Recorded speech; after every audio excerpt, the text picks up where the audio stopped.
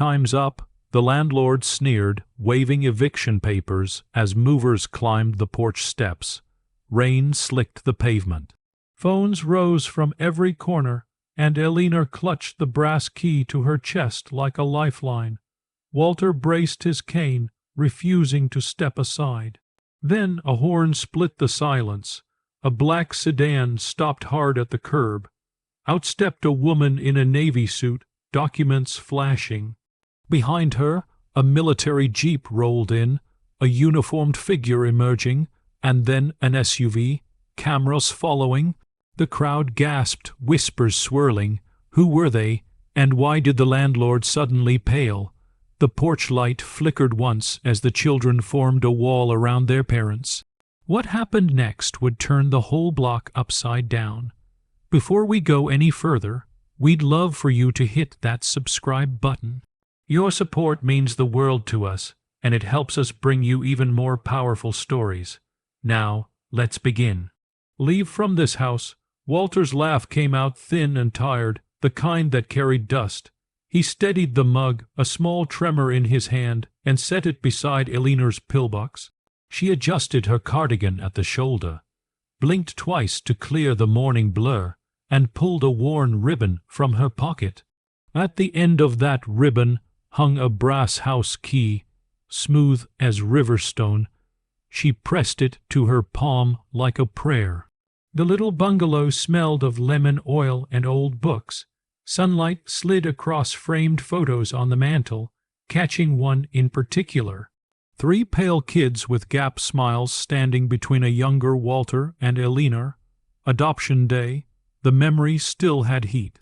Elinor exhaled slow. "We build a life here," she whispered. "Every wall remembers." A car crept past the window, slow enough to be rude. Victor Holloway again. He had a habit of circling, tapping notes on his phone, pretending to check gutters or count cracks in the driveway. The neighbors pretended not to watch, but curtains twitched. "He's back," came a soft comment from the sidewalk. "He wants that lot." Another voice lower. "Old folks won't last the winter anyway." The words hung like cold breath.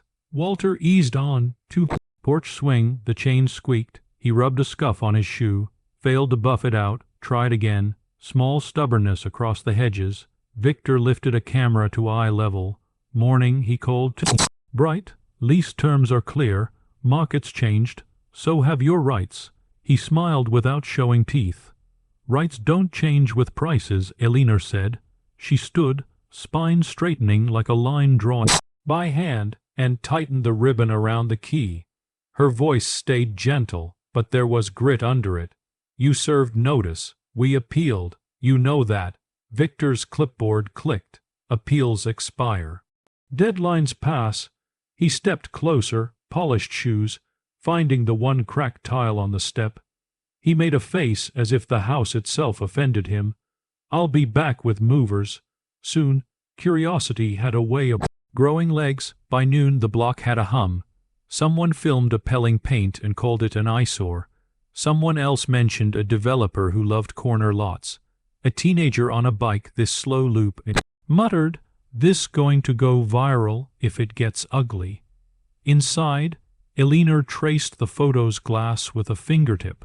She remembered the first night the kids slept here, how the house settled and sighed, and if learning their names. Walter lowered himself to the floor to reach a fallen letter, winced, breathed through it. "We are not leaving," he said, voice low. "Not while I can stand." Elinor nodded, eyes on the brass key. The porch light clicked on early, catching dust in the air like tiny galaxies. Outside, Victor typed, glanced up, and took one last picture. He walked away whistling a tune that did not fit the street. The house listened.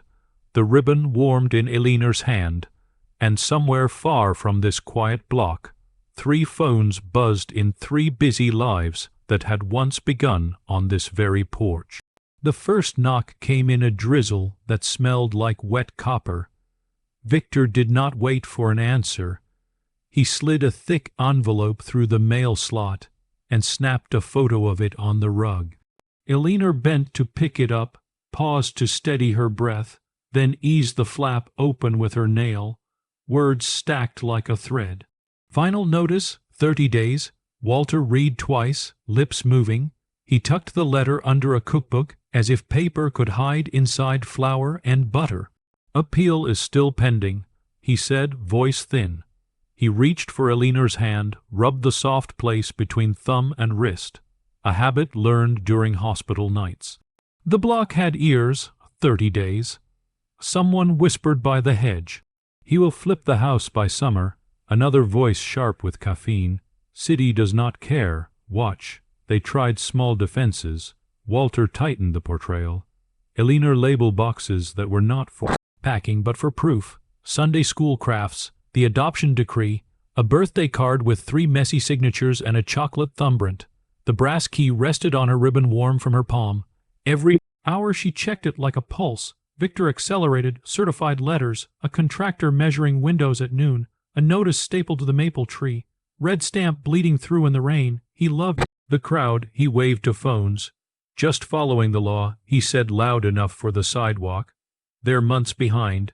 Cameras panned to the ceiling, not the receipts in Walter's folder. A week later, the sheriff's postcard arrived, possession date set. Eleanor read it in the doorway. Her voice caught on the date, then steadied. We hold, she said. She smoothed her cardigan, blinked away grit, and set the card face down. Night dragged, pipes clicked. A siren sighed 2 streets over. Walter lay awake listening to Eleanor breathe, counting the gap between each inhale and the next. He thought about the first crib he built in the living room, how the house seemed to lean closer to hear a newborn sound. He mouthed their names into the dark, a quiet roll call. Morning gave no mercy. A moving truck prowled the corner like a shark. The driver idled, tapping the wheel. Neighbors collected in little clumps, arms folded, coffee cooling. You recording? Someone asked. Always came the reply. 18 whispered. If they drag them out, tag me. Victor arrived with a folder and a smile that did not reach his eyes. The sheriff followed, had low, expression blank. Eleanor stood on the porch with the brass key pressed flat against her lifeline. Walter adjusted his collar, failed, tried again. Time, Victor said. He gestured to the steps.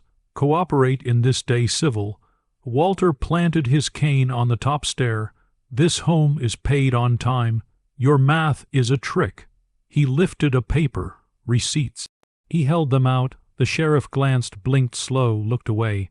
Procedure was a tide. Victor motioned. 2 movers climbed the steps. Boots thudded.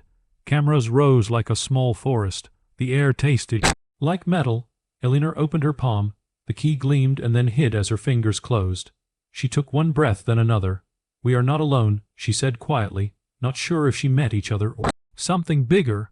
The movers reached the doorway. A horn sounded at the corner, low and steady. Heads turned. The truck driver straightened in his seat. A door slammed somewhere nearby.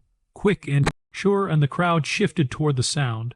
The horn echoed down the street, long and deliberate, cutting through the nervous hum of bystanders.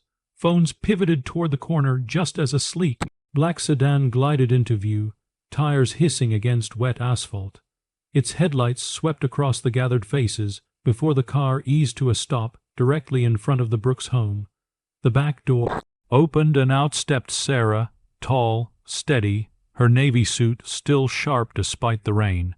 She adjusted the strap of her briefcase, blinked once against the drizzle, and smoothed her blazer sleeve with practice precision. The crowd leaned forward. Someone whispered, "That's a lawyer." Another voice added, "She looks expensive."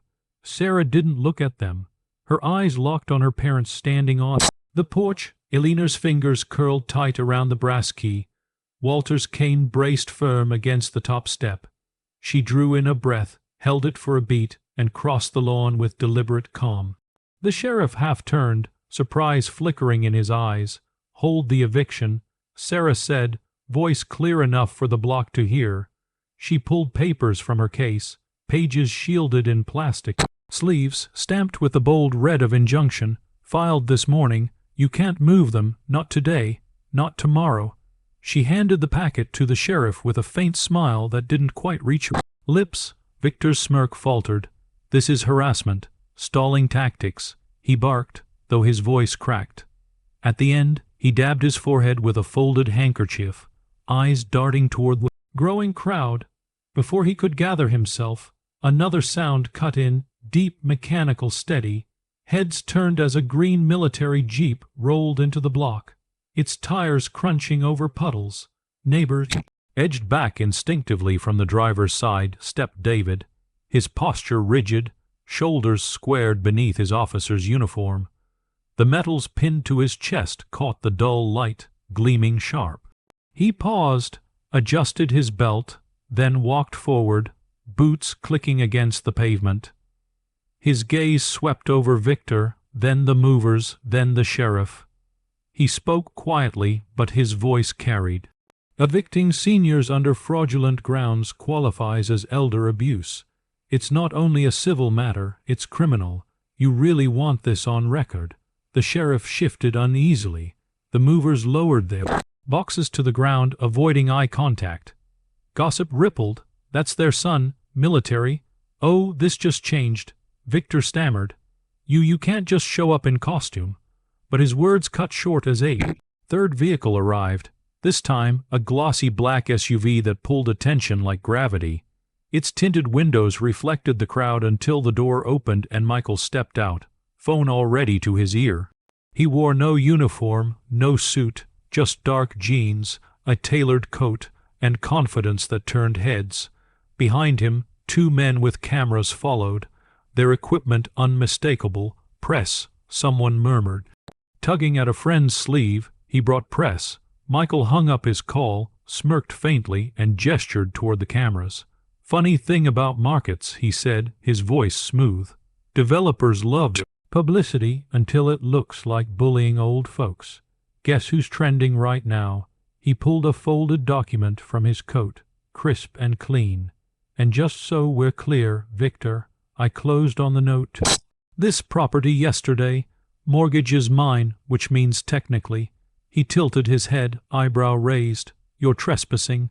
Gasps tore through the crowd. Phones tilted higher, capturing every blink. Every twitch. Victor's handkerchief slipped to the ground. He bent to grab it, fumbled, cursed under his breath. On the porch, Elena exhaled a sound between a sob and a laugh. She pressed the brass key flat to her chest, the ribbon trembling. Walter blinked hard, wiped at his eyes with the back of his hand, and leaned heavier on his cane. The street had shifted. What began as eviction now pulsed with spectacle. Neighbors whispered, "Are you seeing this?" Someone muttered, "They raised those kids, right?" The teen on his bike whispered into his phone, "This is going viral for real." Victor opened his mouth to argue, but no sound came. The children stood side by side now, lawyer, soldier, entrepreneur, forming a wall in front of their parents. Cameras zoomed. The brass key and Eleanor's hand gleamed like a signal. The storm had gathered, and Victor, for the first time, looked small against it. The streak had gone quiet except for the hiss of drizzle against pavement. Every phone stayed lifted, every breath suspended as Victor tried to recover his footing. He tugged at his collar, adjusted his tie, and forced a grin that trembled at the edges. You think a few theatrics changed the law? His voice strained higher than usual. He slapped the eviction folder against his palm, the sound sharp and hollow. They're behind their squatters. This house is mine, and no parlor tricks will. Behind. Sarah's words cut through him like glass. She stepped forward, heels clicking against the wet wood of the porch. She opened a folder from her briefcase with steady fingers and pulled out a thick stack of receipts. Mortgage paid, utilities cleared, taxes filed. She handed the stack to the sheriff, her nails tapping once against the top page for emphasis. This is a neglect. It's fraud, his fraud. The sheriff adjusted his hat, brows knitted. He scanned the documents, lips moving over figures, then glanced at Victor. His jaw tightened, but he said nothing. Victor's face flushed red. They're old. They won't fight. This is what... Your tone. David's voice landed heavy, almost physical. He stepped forward, boots splashing through a shallow puddle. He adjusted his belt, hand brushing the insignia on his chest. and locked his stare on Victor. Elder intimidation is a chargeable offense. What you're doing isn't just eviction. It's criminal coercion. You can argue with them. He tilted his head toward his parents, then back. But you'll have to answer to me. A ripple ran through the crowd. Someone whispered, "That's military brass, real deal." Another voice, "He's finished." Victor opened his mouth again, but Michael was already stepping in, a faint smirk curling at the corner of his mouth. He held up a clean white envelope, edges sealed. "And in case you missed my brother and sister's point, I'll make mine simple." He pulled the document halfway free, the embossed seal catching the camera light. "I own this property now, mortgage. Title note paid in full." He let the words sit, let them soak into the gathering silence. "You're no landlord here, Victor. You're loitering." Gasps broke across the street like a wave. A woman clapped her hand to her mouth. The teen on his bike nearly dropped his phone. Someone laughed, a short, nervous bark. Littering, they repeated, shaking their head. Victor staggered back a step, his folders slipping from his grip, papers fanned across the wet sidewalk and bleeding. He bent to grab them, but his hand shook. When he looked up again, his smile had vanished. Elinor stepped forward, slowly leaning on Walter's arm. She raised the brass key, the ribbon dangling, and held it up like a small glowing torch. Her voice, though quiet, carried down the block. "This key has opened that door for 40 years. No one, not threats, not money, not greed, will take it from us." The crowd erupted, cheers, claps, murmurs. Phones tilted higher, capturing Eleanor's trembling hand. Walter steadied, arm and the 3 children standing like a shield before them. The drizzle glittered under porch light, falling soft but relentless. Victor tried one last time, voice raw. "This isn't over, it is." Sarah's interruption was surgical. She nodded toward the sheriff, who had lowered his clipboard and closed the eviction file with deliberate finality, effective immediately. Victor's mouth opened, but no words came. The cameras caught every twitch, every blink, every crack in his mask. He turned sharply, almost tripping on the step, and stormed toward his car. The crowd parted just enough to let him through, their whispers following him like a swarm. As his tail lights disappeared, Michael slid his phone back into his pocket. David exhaled through his nose, and Sarah closed her case with a snap. They turned together, not to the crowd, not to the sheriff, but to Eleanor and Walter. The porch light flickered once, then steadied, and in that glow, the Brooks were no longer alone. Their children had turned a nightmare into a reckoning. The power had shifted. The landlord was nothing but a ghost walking away. The rain eased into a mist, softening the edges of the crowd. Phones were still raised, recording, but now the air carried a different sound. Claps, whistles, even a few voices calling out the Brooks' name. The eviction that was supposed to humiliate them had flipped into something else entirely, a spectacle of loyalty. Eleanor lowered the brass key into her palm and kissed it lightly. Her lips trembling, she turned it in her fingers until the ribbon brushed her cheek.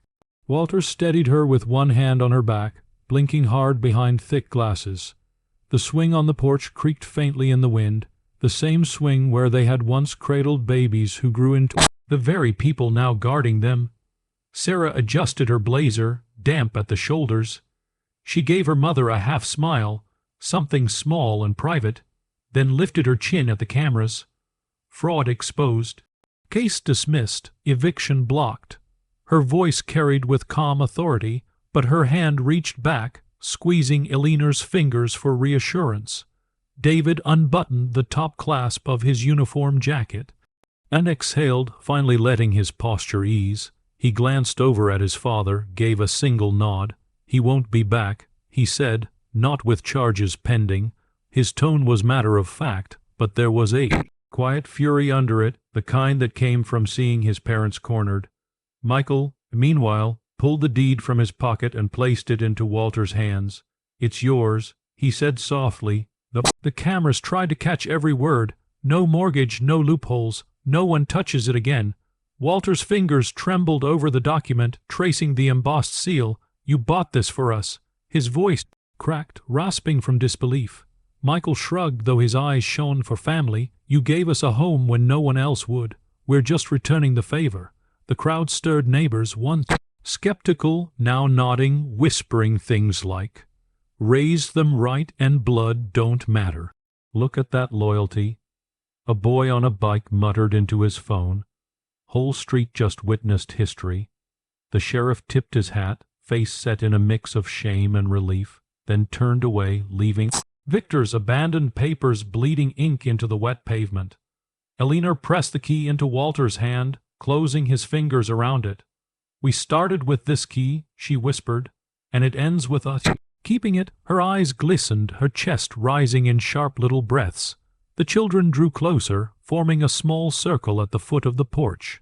Neighbors watched as the Brooks family stood together, shoulder to shoulder, as if welded by something deeper than blood.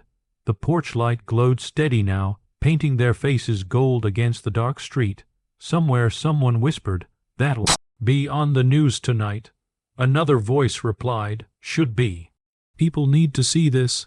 Elena leaned into Walter's shoulder, her cardigan damp, her ribbon wet but unbroken. "We're safe," she said.